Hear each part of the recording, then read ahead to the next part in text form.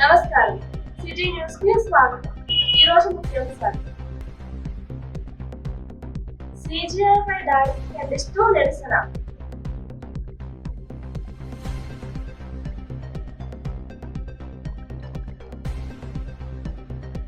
ఎంఈఓకు ఉపాధ్యాయుల విలకి.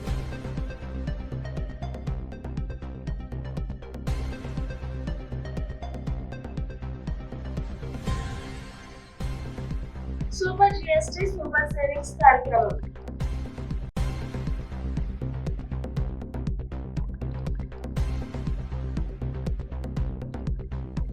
మద్య సంపద యోజన పథకానికి దరఖాస్తులు.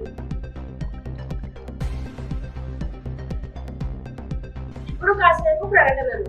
దివ్య డిజిటల్ షాపింగ్ నర్సాపురం వారి 18వ వార్షికోత్సవ సంబరాలు. దసరా దీపావళి పండుగల శుభాకాంక్షలతో mega exchange and loan mela September 1వ తేదీ నుండి అక్టోబర్ 31వ తేదీ వరకు మాత్రమే. మీ పాత ఏసీ, ఫ్రిడ్జ్, వాషింగ్ మిషన్ ఏదైనా ఎక్స్చేంజ్ చేసుకోండి. మరిన్ని వివరములకు Divya digital shopping TV and furniture showroom, steamer road, Narsapuram మరియు బ్రాంచ్ శుక్రవారం cloth market, Palakollu. Cell numbers 9948277577 మరియు 9959877577. తిరిగి మళ్ళీ వార్తలకు స్వాగతం. సుప్రీంకోర్టు ప్రధాన న్యాయమూర్తి గవాయిపై దాడిని ఖండిస్తూ దళిత సంఘాల ఆధ్వర్యంలో గురువారం నర్సాపురం సెంటర్లో ఆందోళన జరిగింది.